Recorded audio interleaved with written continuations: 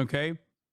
I don't care. In no matter what he says about me, my community, or my mods, I still firmly believe, okay? I still firmly believe that regardless of everything else, regardless of how he's responded to people yelling at him online. I mean, honestly, like, it's one of those things where I think the problem with somebody like Ethan is that he's doing debates because the debate purgatory ecosystem of eyeballs has ruined discourse on the internet about politics.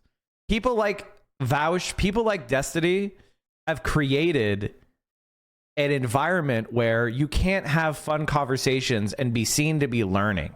Everything has to be posturing about how you know what you're talking about.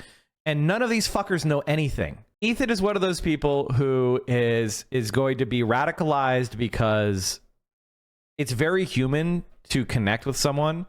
And when that connection is severed over a specific principle, it's traumatic.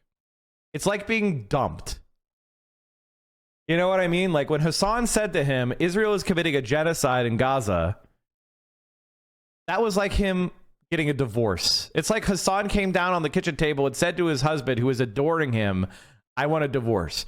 And so for Ethan, it's the emotional fixation that will ever be in his heart, the rejection of him.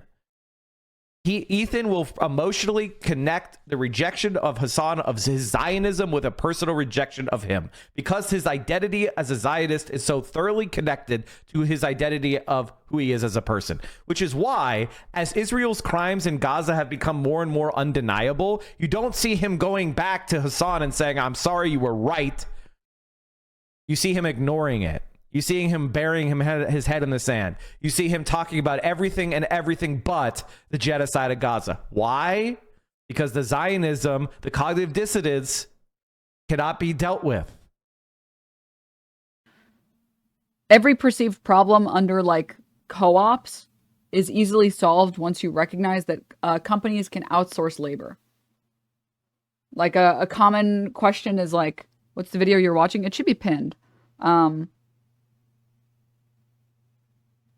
A common critique, basically, of